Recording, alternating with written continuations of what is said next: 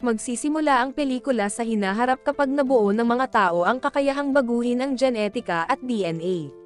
Maaaring baguhin ng mga magulang ang DNA o mga gene ng bata. Dahil dito, karamihan sa mga bata ay magiging matalino at matatalino. Magiging immune sila sa sakit sa puso at diabetes. Bilang resulta, ang tao ay nabuhay ng isang malusog at kasiyasyang buhay. Naging matalino sila, binigyan sila ng lugar ng unang klase sa mundong ito. Sa kabilang panig, ang ilang mga magulang ay ipinapakita na sila ay naghahatid ng mga sanggol ng natural. Nang walang anumang pagbabago, ang mga batang ito ay binigyan ng lugar ng pangalawang klase sa mundong ito. Hindi sila itinuring na mabuti, dahil sila ang mga taong ipinanganak ng normal. Mayroon pa rin silang iba't ibang uri ng sakit. Ipinakita dito si Jerome na siya ang mission navigator sa space agency na pinangalan ng Gattaca. Pinapakita ang kakaiba niyang routine bago pumunta sa opisina. Nagtali siya ng urine bag gamit ang paa niya. Pagkatapos ay nagdidikit siya ng kakaibang fingerprint layer na basang-basa ng dugo. Pupunta siya sa opisina pagkatapos ng lahat ng ito. Bago umalis ng bahay ay ginagamit niya ang paglilinis ng kanyang desk at keyboard. Isang araw, sinabihan siya ng kanyang amo na magkakaroon ng flight sa Titan at magiging flight navigator siya. Kailangan niyang magbigay ng ilang medikal na pagsusuri dito. Nang umalis ang kanyang amo ay inilagay ni Jerome ang mga sangkap ng dead skin sa keyboard. Pagkatapos ay naglagay siya ng ilang buhok sa kanyang sukli at umalis papuntang klinik. Nakilala niya si Dr. Lamar at sinabi niya sa kanya na gusto ka ng anak ko. Palagi kanyang hinahangaan at nagsimula silang mag-usap. Nang maglaon, humingi ng sample ng ihi sa kanya ang doktor. Ibinigay ni Jerome ang sample ng ihi mula sa urine bag sa kanyang paa. Si Jerome ay ipinakitang isang wastong individual sa pagsusulit, ibig sabihin ay isang lalaki mula sa nakatataas na uri. Maya-maya ay ipinakita si Irene sa opisina at siya ang kasamahan ni Jerome. Binati ni Irene si Jerome sa kanyang bagong misyon. Pumunta si Jerome sa kanyang mesa at natuklasan na ang manager ng opisina ay brutal na pinatay. Samantala, dumating ang mga pulis at kinokolekta nila ang DNA mula sa pinangyarihan ng krimen. Ang buong buhay ni Jerome ay ipinapakita na ginugol sa harap niya. Ipinakita ang nakaraan ni Jerome. Natural na inihatid siya ng mga magulang ni Jerome. Nangangahulugan ito na siya ay ipinanganak na isang pangalawang klaseng mamamayan. Sa pamamagitan ng pagsubok, natuklasan nilang magkakaroon ng sakit sa puso si Jerome sa lalong madaling panahon. Maaari lamang siyang mabuhay ng 30 taon. Nagalit ang mga magulang niya sa narinig. Pinangalanan nila ang kanilang anak na Vincent. Ang taong tinuturing namin na Jerome, ang tunay niyang pangalan ay Vincent. Hindi natutuwa ang kanyang mga magulang sa kanya. Iyon ang dahilan kung bakit pinaplano nila ang pangalawang sanggol. Ngunit sa pagkakataong ito naisip nilang baguhin ang DNA sa genetically.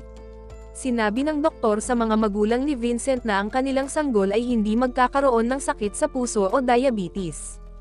Magiging malusog ang sanggol na iyon at magkakaroon sila ng pangalawang sanggol. Anton ang pangalan niya, dahil sa pag-alternate ng DNA ni Anton, mas matalino siya kaysa kay Vincent.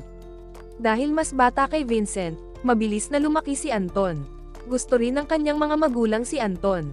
Nagalit si Vincent kay Anton at sa kanyang mga magulang. Si Vincent ay interesado sa paglalakbay sa kalawakan at kalawakan mula sa kanyang pagkabata. Gusto niyang maging astronaut, ngunit pinagbabawalan siya ng kanyang mga magulang na huwag maging astronaut. Dahil mamamatay siya sa edad na 30, ngunit imbes na pagbawalan siya ng kanyang mga magulang ay nagpa-test si Vincent. Nabigo siya dahil sa pagiging second-class citizen. Dini-discourage din siya ng pamilya niya. Nanlumo si Vincent dahil dito. At isang araw, nagtakda sila ng karera ng paglangoy at ginamit ni Anton upang manalo sa mga karerang iyon. Iniisip ni Vincent na hindi siya matatalo palagi ng ganito. Nagsisimula siyang maglangoy ay umusad siya kaysa kay Anton sa lalong madaling panahon. Napapagod si Anton dahil sa matagal na paglangoy. Siya ay nalulunod sa tubig. Si Vincent, na umabant, ay bumalik upang tulungan ang kanyang nalulunod na kapatid. Tinatawag ng lahat na superior si Anton, ngunit sa halip na ito ay si Vincent ang nanalo sa karerang ito. This was the time in Vincent's life he can do what he wants. Thinking this, he moves while leaving his family one day. Pangarap niyang makapagtrabaho sa Gattaca. Sinimulan niya ang kanyang trabaho sa Gattaca bilang isang janitor. Gusto ni Vincent na maging ibang bagay. Kaya naman, sa kanyang paglilibang, binabasa niya ang dokumentasyon ng mga opisyal ng nabigasyon. Nakukuha niya ang pangunahing impormasyon ng nabigasyon tulad nito. May nakilala siyang lalaki na gagawa ng kanyang peking it. Bibigyan siya ng lalaking iyon ng pagkakakilanlan ng isang superior na tao habang ginagawa ang kanyang peking it. Ang ID ng taong magkakaroon siya, ang pangalan niya ay Jerome Morrow Mayroon. Siyang antas ng matalinong IQ at may matalinong paningin. Si Jerome ay may superior strength means first-class citizen siya. Hindi siya makalakad ngayon kaya na-terminate siya sa kanyang trabaho. Kailangang ibenta ni Jerome ang kanyang ID at binili ni Vincent ang kanyang pagkakakilanlan. Ibig sabihin ay maaari nang magtrabaho si Vincent sa Gattaca habang ang pagiging isang superior na tao ay nangangahulugan na si Jerome. Bilang kapalit, bibigyan niya ng pera si Jerome kada buwan. Kailangang laging magsuot ng contact lens si Vincent para mabago ang kanyang pagkakakilanlan. Napalitan kasi ang kulay ng mata ni Jerome sa mga mata ni Vincent. Ginagawa ni Vincent ang kanyang hairstyle tulad ni Jerome. Natapos din ang kanyang foot surgery. Ngayon si Vincent ay kamukha ni Jeremy. Pumunta si Vincent upang mag-apply sa ahensya ng espasyo ng Gattaca. Ibinibigay niya ang sample ng dugo ni Jerome sa panahon ng pagsusuri at pumasa sa pagsusulit. Nagiging navigating officer siya. Si Vincent ay may iba't ibang gawain sa araw-araw na ginagamit niya upang gumawa ng malinis na pag-ahit araw-araw upang alisin ang mga patay na selula sa kanyang balat. Nakita namin sa kasalukuyan na nakikita ni Vincent ang mga pulis. Sinimulan ng pulisya na i-scan ang DNA upang makakuha ng patunay. Pinapagulo ng pulis si Vincent pero hindi ito alam ni Vincent. Sigurado siyang hindi siya mahuhuli. Malapit na siyang umalis papuntang Titan. Nararamdaman din ni Irene na kakaiba ang ugali niya sa mga oras na ito. Isang araw ninakaw ni Irene ang suklay ni Vincent at sinubak ang buhok nito. Matalino si Vincent at doon niya inilagay ang buhok ni Jerome. Nakikita rin ni Irene ang record ni Jerome sa pagsusulit. Naging mabuting magkaibigan din sina Vincent at Jerome. Matapos ang pagsubok, natuklasan ng pulisya ang isang lalaki na nagngangalang Vincent. Na-invalid at isang pangalawang klaseng mamamayan ang nagtatrabaho dito. Dati niyang ginagawa ang trabaho ng janitor maraming taon na ang nakalilipas. Tulad nito, sinimulan ng habulin ng mga pulis si Vincent. Isang araw, nakilala ni Irene si Vincent at sinabi sa kanya na sinubukan niya ang kanyang buhok minsan. At humingi ng paumanhin sa kanya para dito. Sinabi niya sa kanya na binago ng kanyang mga magulang ang kanyang mga gene. Kahit na siya ay nasa panganib ng atake sa puso. Dahil dito, hindi siya maaaring pumunta sa misyon sa Kalawakan kailanman. Maya-maya ay pumunta na sina Irene at Vincent para kumain. May checkpoint habang gumagalaw. Tinitingnan ng mga pulis ang mga mata ng mga tao kung may suot silang contact lens. Naiintindihan naman ni Vincent at tinanggal niya ang kanyang contact lens. Sinuri sila ng mga pulis at wala silang nakuhang ebidensya kaya sumulong sila. Si Vincent ay may salamin sa mata at hindi na makakita ng malinaw pagkatapos tanggalin ang mga lente. Dinala siya ni Irene sa isang lugar at nakita nila ang pagsikat ng araw. Sa panahong ito, napansin ni Irene na nagbago ang kulay ng mata ni Vincent. Sa kabilang banda, kinumpirma ng pulisya na si Vincent na gumagawa ng trabaho bilang janitor. Ay nagtatrabaho na ngayon bilang isang opisyal sa Gattaca. Iniisip ng pulisya na gawin ang pagsusuri ng dugo ng bawat empleyado. Pumunta si Vincent upang magbigay ng kanyang dugo at kumuha ng bote ng dugo mula kay Jerome. Lihim niyang pinalitan ang bote ng dugo mula sa bote ng dugo ni Jerome. Siya ay pumasa sa pagsusulit. Sa kabilang panig, iniisip ng pulisya na subukan ang higit pang mga empleyado. Ngunit sa pagkakataong ito ay tumanggi ang amo ni Jerome sa pulisya. Ipinakita sina Irene at Vincent na gumugugol ng kalidad ng oras. Nang makita ito, tumakbo sina Vincent at Irene mula sa likurang pinto. Tanong ni Irene kay Vincent, "Sino ka?" Sa kabilang banda, inihambing ng isang pulis ang larawan ni Vincent at Jerome.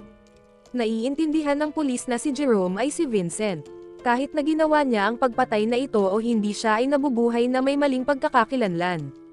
Ngayon ang pulis ay nagsimulang mag-imbestiga habang papunta sa mesa ni Vincent. Nakikita ni Irene ang lahat ng ito. Pumunta siya para sabihin ito kay Vincent ngunit pinigilan siya ng pulis. Pilit niya itong dinadala sa bahay ni Jerome. Tawag ni Vincent kay Jerome habang nakikita ito. Kaya naman ginagawang maayos ni Jerome ang lahat sa bahay. Nakatira siya sa bahay niya gaya ni Vincent sa opisina. Maging ang mga mukha nila ay medyo nag-iba. Samantala, dumating ang pulis kasama si Irene. Nakita ni Irene ang totoong Jerome sa unang pagkakataon. Nagpa-blood test ang pulis kay Jerome. Ang kanyang ID ay nagpapakita bilang Vincent dito. Samantala, nakatanggap ng tawag ang opisyal ng pulisya na nahuli ang tunay na mamamatay tao. Nabatid na ang pagpatay ay ginawa ng amo ni Jerome. Gusto kasi ng manager na namatay na kanselahin ang flight ni Titan. Ang flight na ito ay dating lumipad minsan sa 70 taon. Ayaw ng amo ni Jerome na gumawa ng masama ang manager na ito kaya naman. Tinapos na siya ng amo ni Jerome. Nalutas na ang kasong ito ngunit hinala pa rin ng pulis si Vincent. Isang araw, sinimulan niyang tingnan ang mesa ni Vincent sa gabi. Samantala, dumating si Vincent at tinanong ang pulis kung bakit siya nasa likod niya. Sabi ng pulis, hindi mo ba ako nakilala? Ang sabi ng pulis ay kapatid mo si Anton.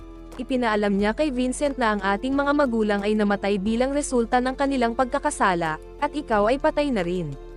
Hiniling ni Anton kay Vincent na sumuko sa harap ng mga pulis. Nilabag mo ang batas at nabubuhay na may pagkakakilanlan ng ibang tao. Sabi ni Vincent, gusto mong makita akong nawawalan ng buhay. Naiinggit ka dito at ngayon mas maganda ang buhay ko kaysa sa iyo. Nakuha ko ito sa aking sarili at hindi ko kailangan ng anumang DNA. Sabi ni Anton, kung tinuturing mong makapangyarihan ang sarili mo, bakit hindi na tayo mag-swimming race ulit? Sabi ni Vincent, okay, kung ako ang mananalo ililibre mo ako. Naghanda si Anton at mag-swimming sila. Napagod na naman si Anton at si Vincent ay nagpapatuloy. Nang makita ito, tinanong siya ni Anton na malapit ka nang mamatay. Paano ka naging matagumpay sa buhay? Sinabi niya sa kanya na ako ay matagumpay dahil hindi ako nagdududa sa aking pagsusumikap. Kaya naman hinahanap ko ang aking paraan dahil hindi ako naniniwala sa anumang mga papeles ng mga siyentipiko. Lumalangoy sila samantala, nahimatay si Anton. Dinala siya ni Vincent sa dalampasigan habang tinatakasan siya. Ngayon nanalo na si Vincent kaya inilibre siya ni Anton. Hinanap ni Vincent si Irene at huling nagpaalam sa kanya. At humingi ito ng tawad sa kanya. Ibinigay niya sa kanya ang kanyang tunay na buhok. So makikilala niya kung sino si Vincent at ano ang totoong ID niya. Pagtanggi ni Irene dito habang nakangiti at sa huli, pinuntahan ni Vincent si Jerome. Sabi ni Jerome, parang sumakay ka sa Titan, may trip din ako. Nag-iwan siya ng maraming sample ng dugo para kay Vincent. Nagpasalamat si Vincent kay Jerome. Dahil naibahagi niya ang kanyang buhay sa kanya. Binigyan siya ni Jerome ng isang sobra. Nang maglaon, lumipat si Vincent para sa Titan. Pumunta siya sa opisina ng Gattaca at nakipagkita sa doktor. Sinabi sa kanya ng doktor ang tungkol sa bagong patakaran. Magkakaroon ng blood test sa kanila bago pumunta sa phase na ito. Dito, kailangang magbigay ng urine test si Vincent. Dito makikita ang totoong ID ni Vincent. Sinabi ng doktor sa kanya na ang anak ko ay inspirasyon mo.